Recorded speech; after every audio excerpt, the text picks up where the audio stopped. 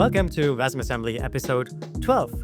After the last episode with the first of having two guests, Mandy and Sean from Renderlet, today marks another record. It's the episode with the furthest away guest. Welcome, Thomas Barrasso from New Zealand. I'm just having my 9 a.m. morning coffee, and Thomas over there is already winding down his day. Welcome, Thomas. Hello, and I guess I should say kia ora from New Zealand. Kia ora. Nice to have you. So Thomas, you work for a company called CloudMosa, who's the maker of the Puffin browser, amazing icon, I love the logo, and also a feature phone platform called CloudPhone. Let's talk about feature phones real quick. So most people today use smartphones that typically run Android or iOS and that have touchscreens and are pretty expensive typically. There's lower-end smartphones like Android Go that run like a stripped-down version of Android, but it essentially still is a smartphone. And then there's people who are old enough, like me, who will remember cell phones that essentially were just phones. Like they could receive SMS. And I remember vividly playing Snake on those early days, feature like dumb phones, feature phone-ish. They started to have first apps with Java. Like I remember downloading a torrent with a bunch of Java games and feeling so amazing. So those were the days.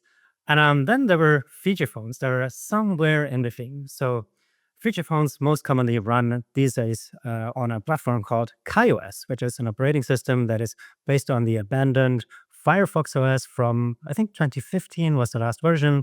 Some people might have played with the Nokia banana phone, which is officially called the Nokia 8110 4G. A kind of iconic phone, banana shape, as the name suggests, yellow. So really looks amazing. It's not by the actual company Nokia, but like they kept the name. And the 4G in the name will be important for what is coming now, what you're working on, Thomas. So tell us, what is CloudPhone? Yeah, thank you for that introduction. I think there's a lot of misconceptions, especially among Western audiences. I think the most common thing we hear when people hear feature phone is, oh, they're still making those? Of course, that brings back the Motorola Razrs, all of the various Nokia, now HMD phones. So yeah, feature phones are still very much alive and active. They still sell in the hundreds of millions of units globally. And then I think your history is roughly on point. We were, around 2008, around the introduction of the iPhone, we still had Nokia around running a version of an operating system, S30, or Symbian. That was a platform that they had developed themselves. They, along with BlackBerry, were integrating some form of apps through J2ME or Java 2 Mobile Edition. And then about a decade later, you had the introduction of KaiOS, which was resurrected from Firefox OS. It is a browser-based operating system. Everything is part of the Firefox browser that lives within the phone itself. Everything that you see, from the status bars to the call screen to all the apps you use, are just basically web apps. They did quite well. They've been successful in many markets. India, most notably, with the JioPhone, well over 100 million units sold there, and they're still quite active today. But as you can imagine, there are quite a few limitations. So I actually have a few of these phones with me. I've got one of those Nokia, the 6300 4G. It's the successor of the banana phone that you mentioned, and it runs KaiOS. And I have one of our developer units for CloudPhone. So the impetus for CloudPhone really came from an acknowledgement of the cost and the implications of having smartphone-light hardware inside of a feature phone. So a KaiOS phone today is basically an Android Go phone, but stripped down a little bit further and without the touchscreen. So they're quite basic, but even nowadays, they still are running on a chipset like a Qualcomm 205 or 210. They have 4G antennas, and they may have 512 megs or a gig of RAM. So not impressive by today's standards by any means, certainly not comparable to an iPhone, but still akin to a smartphone in terms of the capabilities and the types of hardware that they need to run them. CloudPhone is meant to avoid the introduction of smartphone hardware and to enable basic feature phones to have smartphone-like functionality by rendering all the content in the server. And like you mentioned, it comes from the Puffin browser. So the Puffin browser is a remote desktop browser based on the Chromium engine.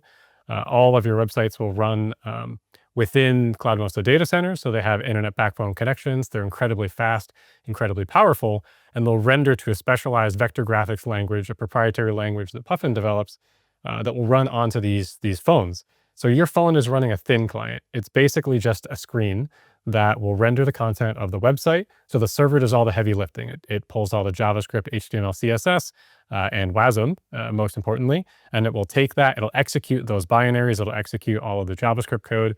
It will render the DOM, and it will send that down in a highly optimized binary format to the phones. And they can do quite a bit today.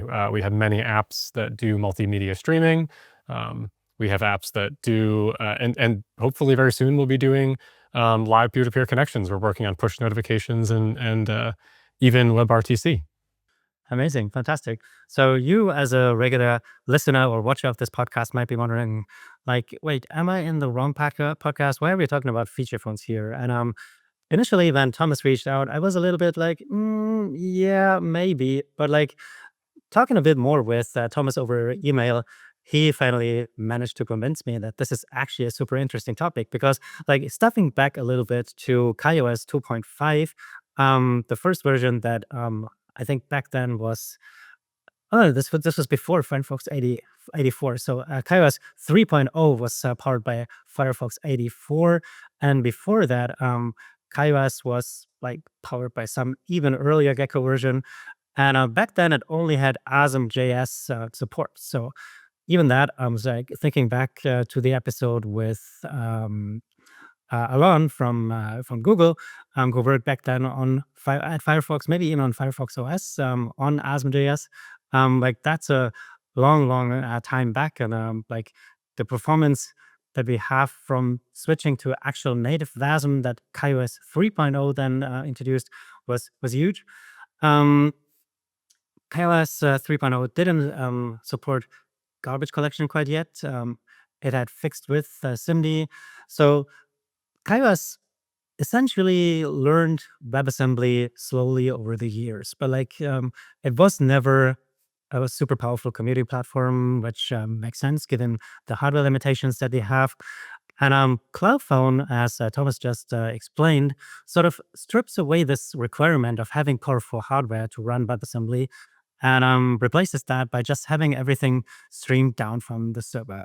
I think most people have at some point in their lives heard about Opera Mini. I think was the first browser that introduced that idea of having a server that receives the HTML, the JavaScript, the images, like all the resources, the web fonts, runs that through some sort of optimization engine, like, I don't know, manages to reduce the DOM, strips down the image sizes, removes, I don't know, maybe even adds from the JavaScript and so on.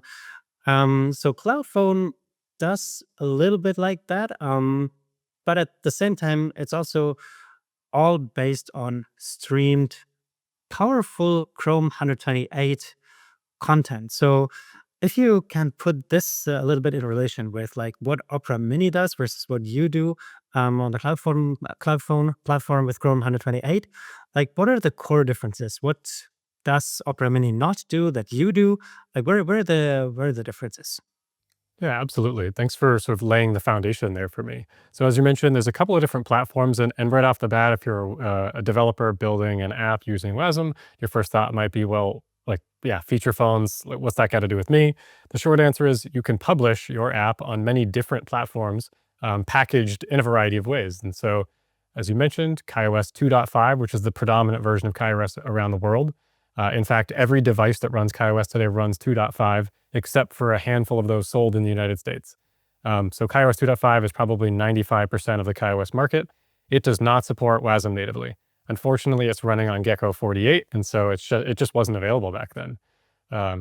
Now, flash forward to KaiOS 3.0, which was released a couple of years ago, that does support the native binary Wasm format, as well as a handful of features.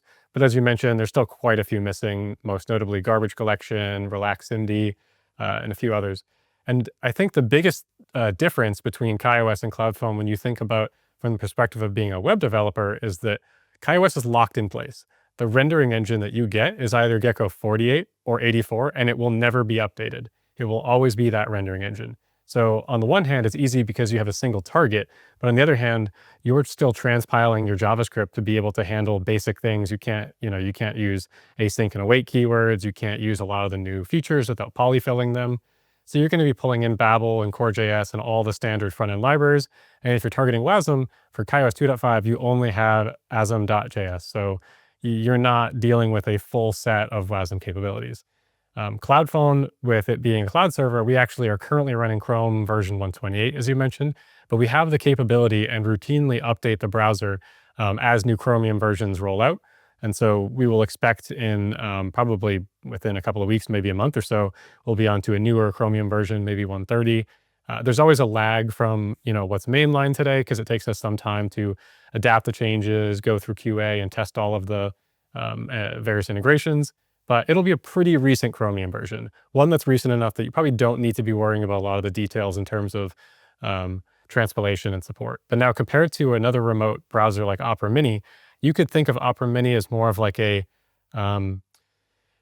exchange information similar to a WAP gateway. So it'll take a fairly extensive website, strip down to its bare core, and then render that out in a set of basically static HTML. It has a very limited set of what it supports for JavaScript. So you can't do a lot of complex manipulations. You're probably not going to be able to load like your React app or anything too complicated, certainly not Wasm code because they don't support Wasm. You're not going to be able to ship that on Opera Mini. You also can't do multimedia. It is really just static HTML, images, text. CloudPhone is a much richer experience for the end user. So even though it is a thin client, it has deeper integrations with the various real-time operating systems that it runs on. So you can do HLS, HV live streaming is supported, as well as video, audio, and a number of other hardware integrations that they're continuing to expand out. And then obviously, most notably, it's not running a Presto engine from a decade ago or 15 years ago. Like I said, it's running Chromium 128 and will continue to be updated to more recent versions as time goes on. And so for Wasm developers, that basically means you get all of the awesome things that are on the latest Chromium versions. That includes garbage collection, all the various integrations with different native platforms. Yeah, makes sense. So talking about the different browsers. So you mentioned you run Chromium on the server, Chromium 128 currently, but you might be updating soon. But then you also have the Puffin browser. So just to get things straight here. So on the cloud phone, can people access the Puffin browser and go to any websites that they want? Or are they limited to the apps that you ship with and that get streamed from the Chromium browser? Yeah, that's a great question. So it's the latter. So right now, CloudPhone supports a handful of apps, those that are specifically designed and submitted to us that will QA and eventually publish. There's a handful of reasons for this, but most notably, and this is as developers can consider whether CloudPhone is a viable option for them, you'll have to take into consideration the two things that make a website work or not work on a feature phone, even with CloudPhone today. So CloudPhone's plenty capable. It can run any React app that you throw at it, pretty much any Wasm binary, can run complex games, but there's a few things that will make it different for developers from an experiential perspective and for end users, most importantly. That's the design, making sure it fits small screens. The phones I have here are QVGA, which is 240 by 320, but we actually support quite a few models that are QQVGA, 128 by 160. That is incredibly small. The truth is most developers today are not targeting screens this small. I honestly struggle to have apps work on my iPhone 13 mini. I don't think people even conceive that there are still screens that are 2.4 inches or 1.6 inches. It's, comparable to a smartwatch in terms of screen real estate, but with a density of 1/4 of say, an Apple Watch in terms of pixel density. So the other consideration that you have to take into account is the keyboard navigation. So unlike desktop, where you'll typically support accessible use through tabbing and screen readers and ARIA labels, we can't quite do the same thing with D-pad navigation, so up, down, left, right. There are emulated cursor models. KaiOS ships with that. CloudPhone attempted that, but it's just not a compelling user experience. It's quite difficult to navigate these user interfaces. So no, today you can't navigate to any website using CloudPhone. It's possible we'll extend this in the future, something we're certainly interested in, but as of today, CloudPhone is specifically a tailored set of apps that are submitted to us and that we work to adapt appropriately for these this audience. Got it.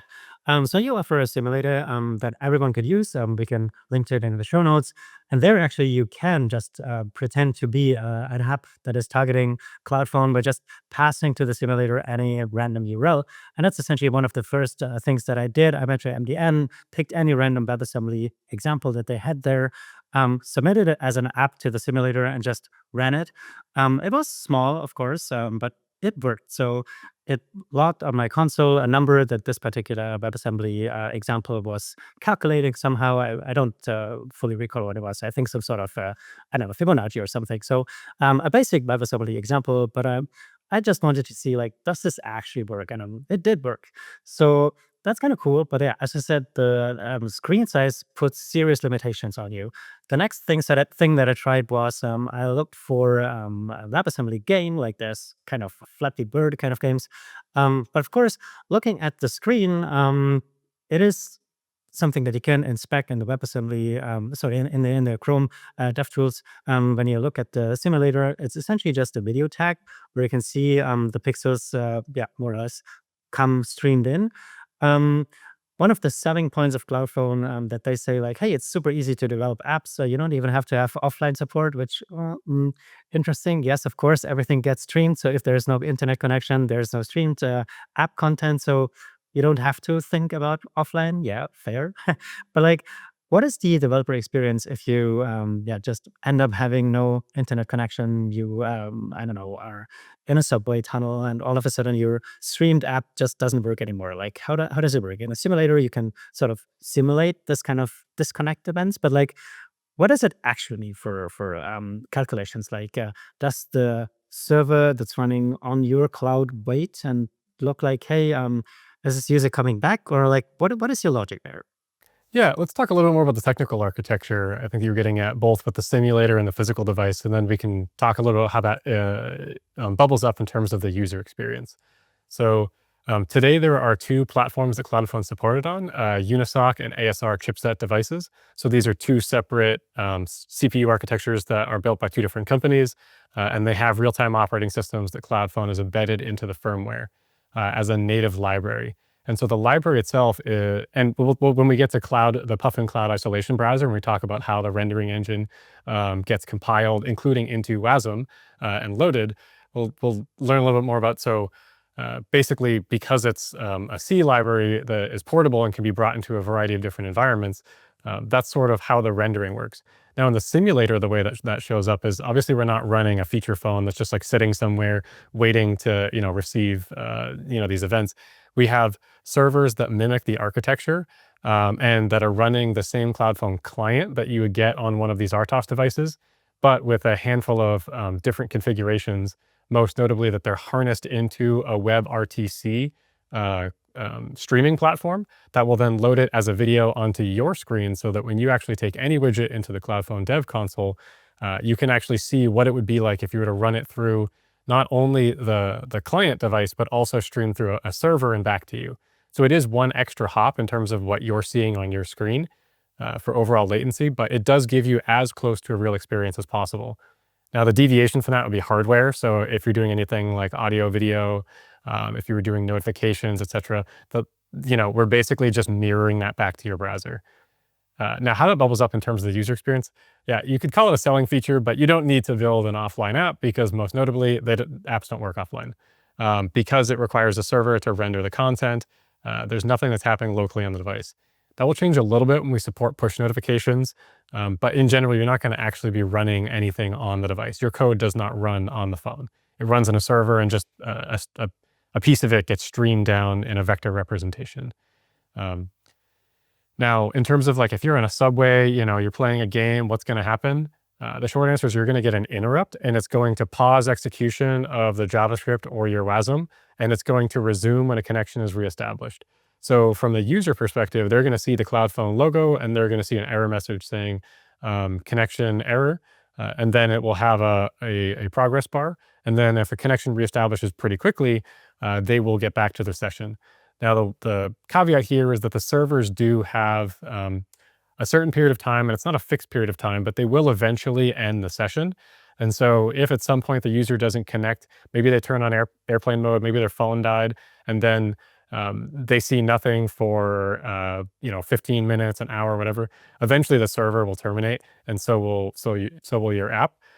In which case, you can still use local storage, IndexedDB, and all these technologies to store state onto the server, so that the next time the user comes back, the app will be just where it was before.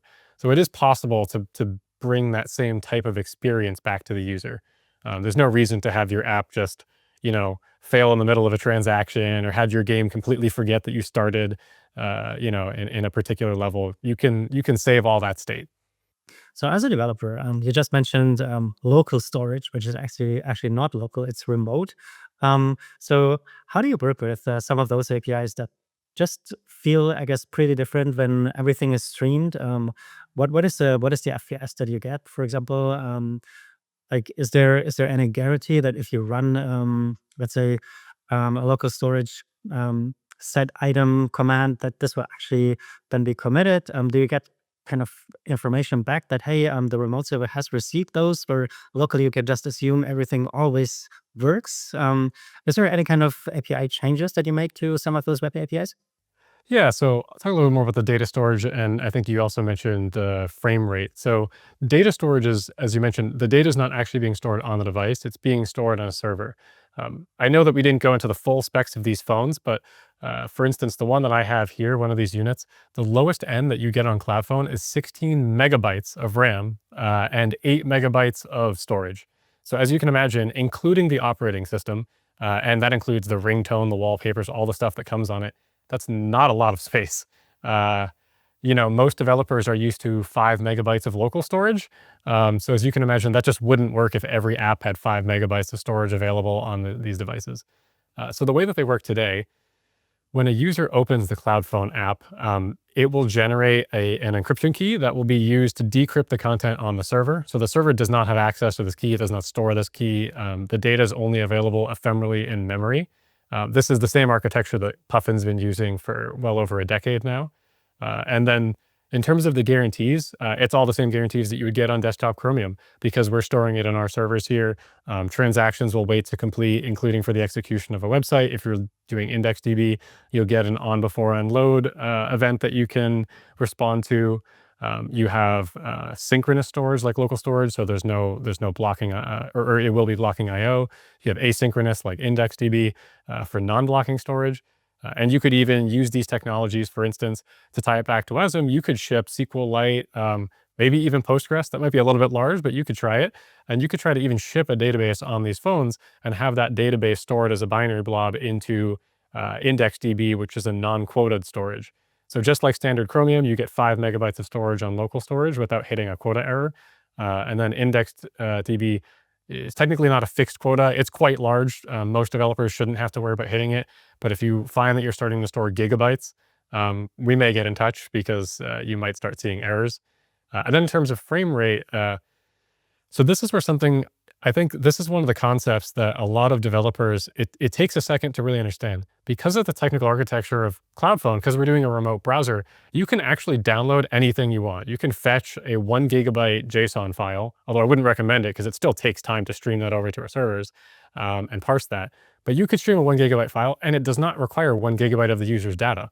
It only requires data when the screen changes or audio or video streams to the screen. So that means that CloudPhone uses very little data compared to a typical desktop browser. So from your app's perspective, that means anytime the screen changes, even if you're not fetching a resource, you are basically requiring data.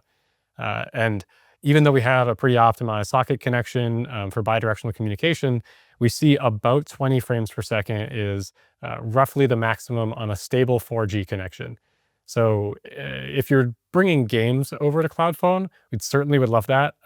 It probably means you're going to be better off with a puzzle game than, say, like a real-time game, a first-person shooter, anything that requires instant response, just because the minute the network connection gets slow, the user's going to perceive latency.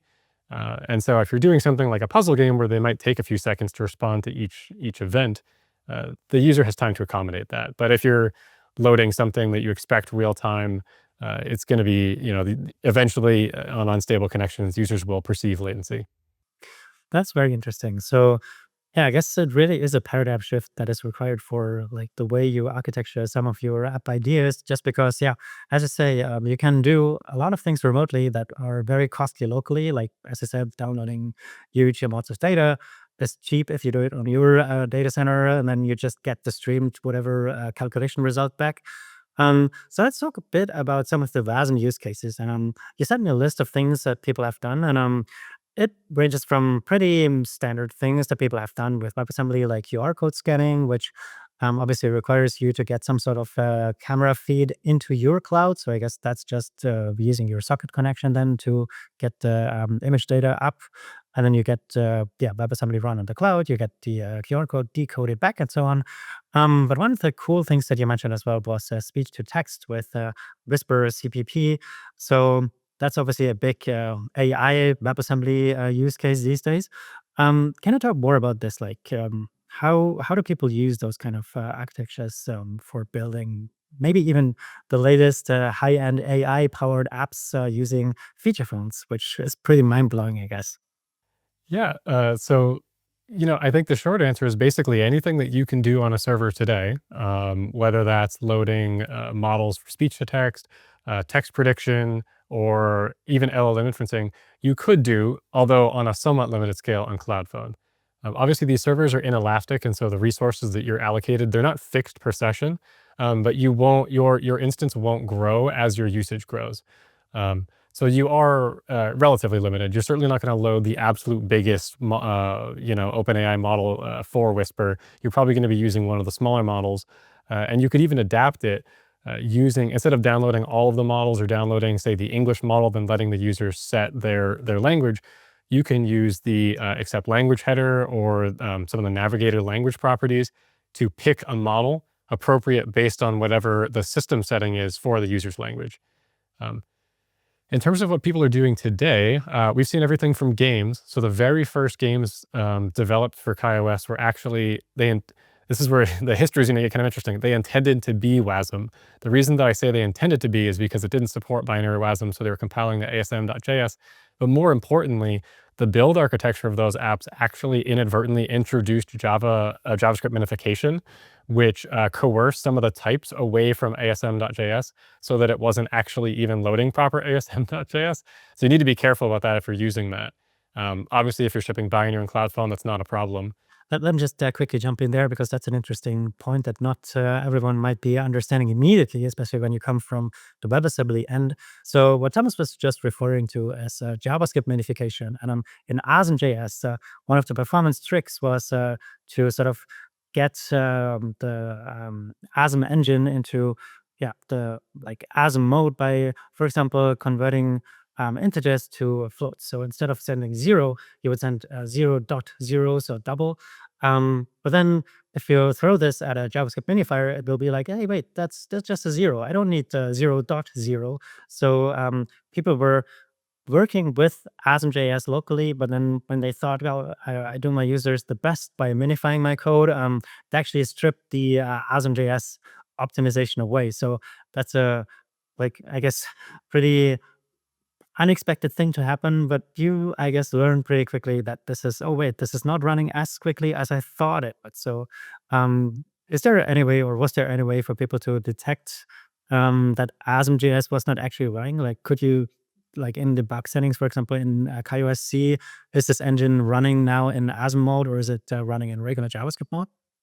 Yeah, so thank you for adding a little bit of detail there. It was basically type coercion that was the issue with minification. And yeah, if you have a DevTools enabled KaiOS phone, one of the things that you can do, there's a couple of special device preferences that you need to enable for full debugging, and then you could just load ADB logcat and you can actually see the logs.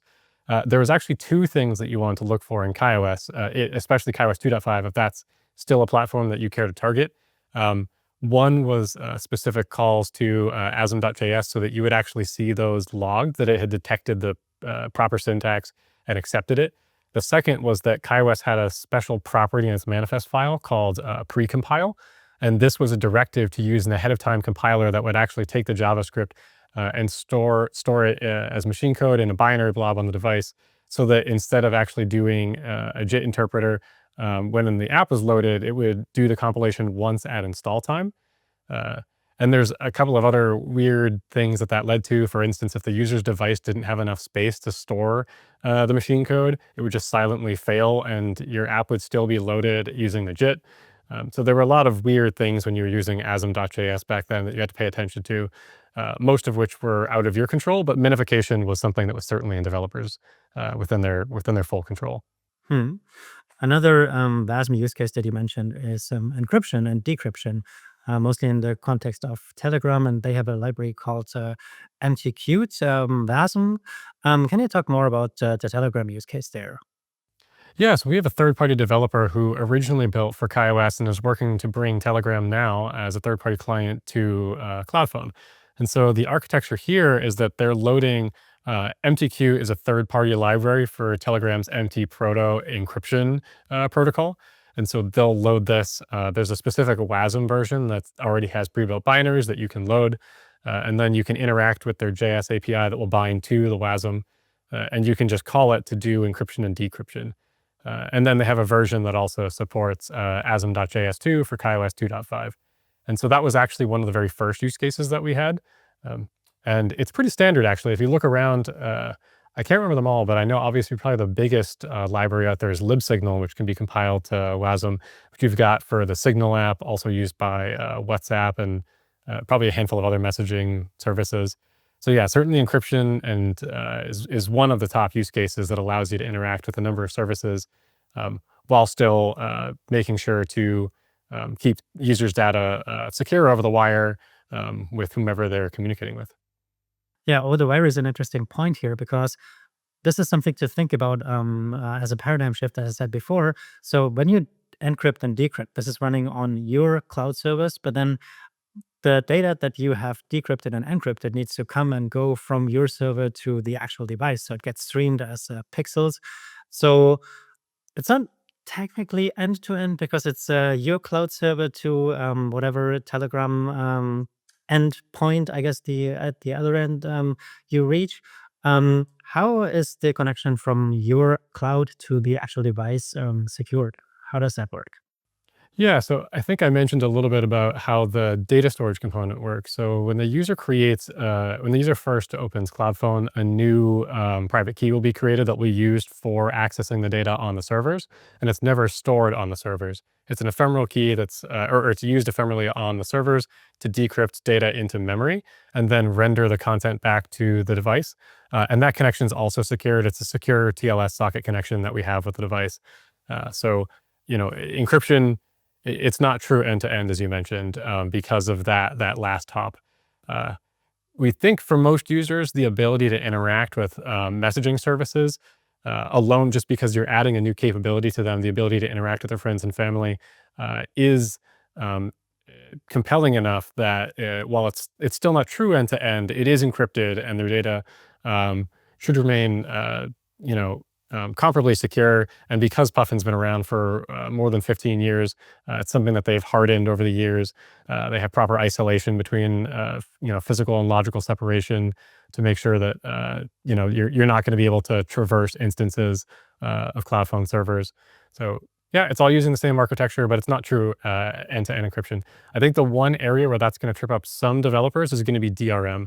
Unfortunately, for legal reasons, we can't stream DRM encrypted content because even if it were to be decrypted on the server, legally it has to be decrypted on the user's device. And so in cases like that, there's currently no workaround, and the short answer is there just is no DRM. There are no libraries like Widevine that are actually available on these RTOS platforms. So it's something that we are exploring, but unfortunately, I don't think that it's something that our team has the imminent resources to take on development of a brand new Widevine library to run on some of these RTOS platforms. Which means you can watch YouTube, but you can't watch Netflix, for example. So even if Netflix were to submit a CloudPhone app, it would not be able to run. Unfortunately, yeah. Or Spotify is another common one that comes up. Hmm. So my kids have proper smartphones now these days, of course. They're almost young grown-ups. But I remember when they were really like young kids, and they like everyone in school started to have phones. We were like, well, it's maybe not a great idea to start with a real smartphone. They will be just overwhelmed by the possibilities. And one of the first things we did when we actually started finding feature phones ourselves was we looked at those feature phones, and the banana phone was one that we could get locally in Germany back then. And we gave them the banana phones as their first phones, and they had WhatsApp. But these days, I learned that WhatsApp is no longer available. So Telegram, having Telegram is probably the next best thing. But yeah, over in Europe, I guess WhatsApp is one of the biggest communication platforms. So worldwide as well, I think it's one of the bigger ones. So yeah, no longer having WhatsApp is an interesting choice there. But WhatsApp does have a web app. Did you, just for the fun of it, did you try to submit or run, like in the simulator at least, a WhatsApp web client to CloudPhone? Does it work? The short answer is yes. We have experimented with the use, personal use of the WhatsApp web client. Um, but as with any app, we obviously want the partnership and consent of the platforms that we're working with. And so we didn't just pick YouTube and we put YouTube there. We actually partner with the YouTube team, and they help work with us to make changes to adapt to the screen and navigation pattern. And so yeah, we're in regular contact with all the developers that we have on our platform. And so WhatsApp is, we've been in contact with them, and it's something that we hope to bring to CloudPhone in the future. Uh, but yeah, at this time they're not currently available, nor are they available on KaiOS anymore. They ended support for that 6 months ago, roughly. Hmm. So one of the things you mentioned as well as a Wasm use case is polyglot programming. So you mentioned Rust, you mentioned Qt as a framework. So Rust, when you run it on the desktop at least, a pretty popular framework is what's it called, eGui, I think, or eGui, which renders everything to a canvas. On your application platform, obviously, everything doesn't have a DOM tree when it arrives at the client. Um, One of the challenges of canvas-based applications on desktop and like everywhere essentially is the lack of accessibility. Is there even some kind of accessibility mode that you can sort of get from the server where you still have the accessibility tree information? Do you stream that down to people who need assistive technology, or is that just not a thing on this kind of platforms? Yeah, no, it's certainly a valid question. There are, and it goes without saying that there's quite a sizable population of folks who need assistive technology, especially those who gravitate towards feature phones. Um, Unfortunately, right now, we don't stream that over. And so there is, there's not semantic information that's being delivered to the device to enable things like some form of screen reader. It's something that we certainly could investigate in the future. And actually, it's something we could even add today. So this could, just thinking about it right now, it could certainly be a WASM use case where you could have a screen reader like technology that is doing text to speech. So reading the content that you see on the screen, and then streaming that over as an MP3 file to the user's device for them to listen to. So it's certainly something that could be possible even within today's existing technology. And then in terms of like Canvas, which is HTML rendering, obviously, if you render to canvas, we would lose all semantic information. And so there's not really something the system can do. It could try to do some OCR maybe, but it would certainly get quite difficult, certainly more difficult than you have today with screen readers. But yeah, I was actually just experimenting recently with U.rs, YEW. It's a Rust platform for, I think, quite a popular one for web development. And yeah, I'm working on like a Wordle clone to get to run on CloudPhone, and all the basic features are there. Um, Now, if I were shipping this in production, I would certainly question the use of WASM because just importing some of the web libraries like WebSys into U, I think my WASM binary is almost 2 megabytes, like 1.8 megabytes. But in CloudPhone, that's pretty negligible, so it really doesn't matter. And honestly, with how big React apps are getting these days, it's certainly not out of the realm of reason. But again, because you're streaming it to the device, it really, because of the servers we have, the size of the WASM binary is just not really a concern. Makes sense. So we talked a lot about WASM use cases now. There's one WASM ab use case, which is crypto mining and like essentially just doing any kind of heavy calculations, because we talked about this paradigm shift before. So people might be like, hey, wait, I can just ship this benign looking, let's say, Wordle clone. And it would to the user just seem like, hey, this is Wordle. But on the cloud, which is the service that you run, it could be mining crypto. So how do you prevent this kind of WASM abuse cases? Yeah, so for abuse detection, we've got quite an extensive catalog coming from the Puffin days. Unfortunately, they had to deal with this the hard way, which is finding users who are actively mining Bitcoin and Monero at some degree of scale through the Puffin browser. So the short answer is there's probably two key things that we do. One is these servers don't have a GPU. They only have a CPU. So from a developer's perspective, a GPU is not that important. And I know that's probably going against everything people in this podcast would imagine, especially having Renderlet having just been on. But when you're dealing with a flip phone that's rendering to a QVGA screen, you really don't need that. It's certainly a capital expense that wouldn't be well allocated. And because this is such a price-sensitive demographic, we try to do everything we can, including running our own data centers, not running in the cloud, to try to keep cost as low as possible so that the unit cost of these devices can still remain as low as about 12 US dollars. So that's one. And then the second thing we do is just monitoring utilization of applications. So we'll take basic telemetry of apps like CPU utilization, memory, etc., and we'll look for, we'll do pattern detection, look for anomalies.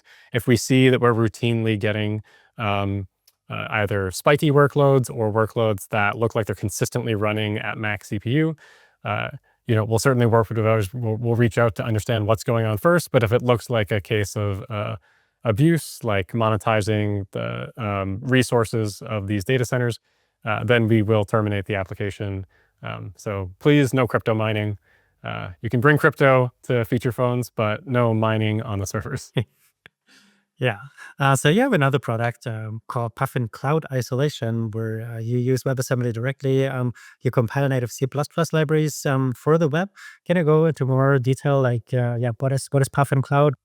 Yeah, so Puffin Cloud Isolation, I was asking the team around for basically their history of WASM, and this is one of the ones that it came up that it certainly hadn't even crossed my mind before. But so Puffin is a browser it's a traditional app that you would install on your device. And with this device, you would get the remote desktop that you would access you'd access the web. Like we said, a normal browser that you could search any website.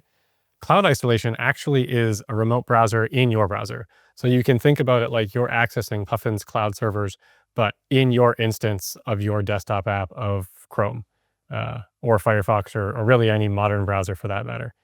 Now, the most obvious question is why? I think most people think, why would you want a browser in a browser?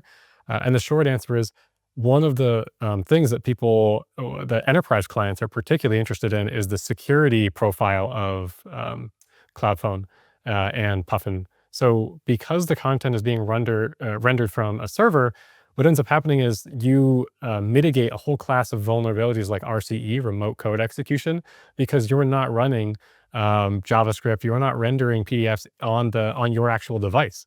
So you have a layer of indirection that helps protect you against these types of threats. So cloud isolation lets you take devices, for instance, say Chrome OS devices, where you're not allowed to ship or not capable of shipping an extra browser because it's embedded in the operating system, but giving the same security guarantees that you would expect for enterprise that would mitigate threats like RCE. So that's really the crux here. And the way that the team achieved this was by taking not only the Puffin library, but a handful of other libraries, compiling them down into WASM binaries and loading them, rendering the content of websites to canvas. And so again, in this case, you will lose some of the accessibility information. You'll lose semantic information. You're not loading a full DOM tree, but you basically just get a canvas window into any website that you're visiting. And I think another thing that people probably wouldn't expect at first, but today with computers getting so powerful, you might not notice the difference between using a remote browser or a regular browser. But if you're in an environment where data is quite constrained, for instance, I was traveling in Peru about a year ago, and there were a lot of places where they had satellite internet that had been set up like 10 years ago. And if you were able to get a megabit per second, you were doing good. Puffin really shined there because I was able to load websites that, again, if you think about how big websites have gotten, yeah, it's just otherwise I would never have been able to book hotels or find flights. I would have had to have waited till I got to a city. Awesome. So for someone listening, watching this episode today, who wants to build their first WebAssembly app on your cloud phone platform, what are some tips that you would give this person? Yeah, so if you're a Wasm developer looking to build for Cloud Phone or any feature phone platform, I think the very first thing, and this is true for any developer, is to consider your audience. I know, Tom, you were mentioning that you were exploring feature phones for your kids. So in Western markets, feature phones are still present. One of the apps that I run, PodLP, which is a podcast app for flip phones, the United States is actually my second largest market after India. Which I think, yeah, it blows a lot of people's mind. There's over, I believe, 10 million monthly active feature phone users in the US today. Uh, so consider your audience. In the Western markets, it's going to be predominantly children, seniors, and digital detoxers, people who are looking to get away from smartphones for a variety of reasons. And now in developing markets, it's going to be quite different. It's going to be people who, uh, there's really probably two primary use cases, primary device use cases. So these are people who maybe they're first time internet users, or maybe they've had a mobile handset before, like a 2G phone. And now, as part of the 2G to 4G transition, they're upgrading to a 4G feature phone. They simply can't afford the price difference because today, if you're in India or Bangladesh, the cheapest 4G feature phones are about 12 to 20 US dollar equivalent. The cheapest Android Go basic smartphones would be about 60 to 80. And those are probably like 2 to 3 year old models. So it's quite a differential here. So it's going to be a different demographic. And then the other one, which I actually found surprising, is we have quite a few users who have feature phones as backup devices, secondary devices. So they use it because power is unstable, because their phone can't stay charged long enough, and a feature phone just has a battery that will last much longer. So those are really so consider your users.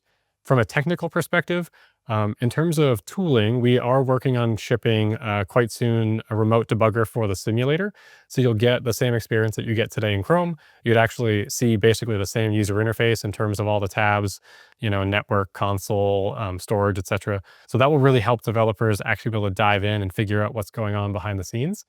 Um, and then also reach out. If you're interested in developing, please get in touch. We do give away hardware to developers. We have special developer devices that support US and EU 4G LTE bands, and we're continually working to support more. I think I mentioned we have a device in the pipeline that we're working on with Wi-Fi. I have one with me here that's actually commercially available in Bangladesh. The phone comes with WLAN support, and you can connect to a Wi-Fi router. So yeah, please do reach out. Just know, again, when you think about the architecture, this one's this one I certainly caught me off guard. But users try to configure their local routers using CloudPhone. You can't do that because the cloud servers don't have access to your loopback address on your device. You can't connect to local IPs. So yeah, something that, again, it certainly takes a cognitive adjustment for a second when you go to type in 192.168 and you load it into CloudPhone, and you don't get anything. So yeah, so just think about the users, think about your demographics, and then yeah, just experiment. You certainly can take a breather in terms of a lot of the tooling and performance and profiling that you'd normally have to worry about if you were shipping elsewhere. Amazing. Yeah. So there's the paradigm shift again. So final question before we come to the last part of the show. You just mentioned we will get proper Chrome DevTools support, and for Wasm developers, specifically interesting is DWARF support, which today works through an extension. Any plans on getting extensions, or specifically the DWARF extension running on your platform? Yeah, so that won't be shipped with the initial launch of remote dev tools, but it's certainly something that we'll look into. Um, the short answer is right now, the easiest solution would be to debug on your desktop using Chrome and then compare that to what you're seeing in Cloud Phone today. We certainly wouldn't expect any environmental differences. But if you are seeing issues, if you're seeing a discrepancy between the execution of your binary on Cloud Phone versus a fairly modern version of Chromium, definitely reach out. It's something that we'd want to learn a little bit more about and figure out how to help you debug. Fantastic. So let's see if someone builds a WebAssembly application after watching or listening to the show. If you do, definitely reach out. Let us know. It would be just interesting to see if everyone actually manages to get something running, which was pretty simple for me just as a regular developer using the simulator. But like once you have a physical device, it's I guess a little bit different because you actually have to use the D-pad navigation. You can't cheat. So yeah, definitely looking forward to seeing what people work on there. So this brings us to the final part of the show. So Thomas, when you instantiate streaming, and like the final part of the show is obviously called Wasm, but not. So when you instantiate streaming on any of your streaming devices, what is it that you currently watch or listen to? Yeah, when I instantiate streaming, I don't do a lot of streaming, to be honest, because I'm on the move quite often and don't always have a reliable internet connection. I actually have a 4G router in my van that runs off of the cigarette outlet, but it runs off a solar panel that I have. And when the sun's gone, I can't run the router. So I don't do a lot of streaming at night, but I do listen to a lot of audiobooks and podcasts while we're driving. Most recently, been listening to Stolen Focus. It's a book about the attention economy and basically the way that digital experiences try to either intentionally or unintentionally garner our focus. And so it's certainly something that's relevant even to this user segment. Today, we don't even have push notifications. We're working on app badges so that when the user gets to the home screen, they'll see like a number, for instance, in a messaging app. But yeah, I think it's something certainly that I've been reflecting on myself, which is, yeah, the way that I interact with technology and the time and attention that I give it. Yeah, definitely. So mobile detox is a great use case for feature phones. I was considering it, but like I haven't crossed the line quite yet. So maybe that's something I'll do next. Who knows? And then work with a feature phone exclusively. Use WebAssembly apps over the network. Yeah, who knows? So next question and final question: if there's one thing that you could local get, as in something that you do, and then global set, as in something that you wish everyone else did, what would it be? And if you want, you can obviously also reverse the question. So something that you would global get and then local set on you. Yeah, I think for something that like a local get global set, I would go with part of the impetus for going to New Zealand is obviously its remoteness and natural beauty. I'm originally from the United States, and so it's certainly quite a distance to get here. But something that I wish the world could experience would be just like pristine natural beauty. It's not available in every place, and especially like I grew up in Boston, living in an urban environment in a city. I didn't get a lot of exposure to green space, and certainly not untouched green space. It was always manicured, something that was set up as maybe a park. But yeah, just that ability to connect with like a pristine form of nature. I think tying back to the stolen focus, it really helps with attention and being able to keep focused attention. But it also just gives you an appreciation for the world that we live in, and hopefully will convince more people of the importance of conservation. New Zealand's had to do it the hard way. They've had the hole in the ozone layer. The sun here is incredibly harsh. So whether they wanted to or not, the world sort of made them care about that. But yeah, I'd wish that for everybody. They get an experience to be able to be somewhere quiet, serene, natural, and just experience, the earth and its natural beauty. 100%. And maybe consider even turning on airplane mode in such moments. You don't need to take out your feature phone, your smartphone, if you watch a beach or watch a green hill or anything. You can just survive without. There's moments where you can use your WebAssembly apps and like hang out on the subway and do that. But like if you watch beautiful scenery, there's no need in many cases to pull out your phone. Anyways, so you mentioned you're touring in New Zealand, but like, is there any way people can reach out, can get in touch if they have questions after the show? Do you use any of the social networks? Do you use email? How do you want people to contact you? Yeah, absolutely. So even though I am in New Zealand, I'm certainly available. I'm here on this podcast. So first and foremost, if you want to learn more about CloudPhone, you can go to cloudphone.com. That's Phone. Unfortunately, the PHONE version is taken. And you can go to the developer subdomain, so developer.cloudphone.com, and that will have all of our documentation. I run it and I'm constantly updating it. So if there's something that you'd like to learn more about, please reach out to me. You can contact me directly. So it's my last name, Barrasso at cloudmosa.com. You can contact me personally at tom@barrasso.me.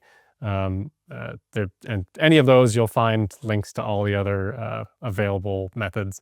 But yeah, I guess I'm pretty old school. I'm on email. I really don't do much social media anymore. But you can certainly contact me, via email and find my information on the web. Perfect. Thank you so much, Thomas. This was an amazing episode. I learned a lot about feature phones. I learned a lot about WebAssembly running on feature phones, streamed through a cloud and everything. So thank you so much for coming on. Thanks for being the furthest away guest.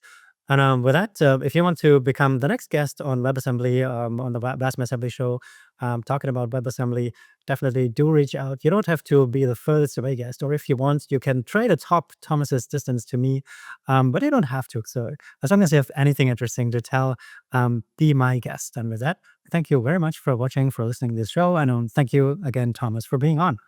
See you next time. Thank you for having me.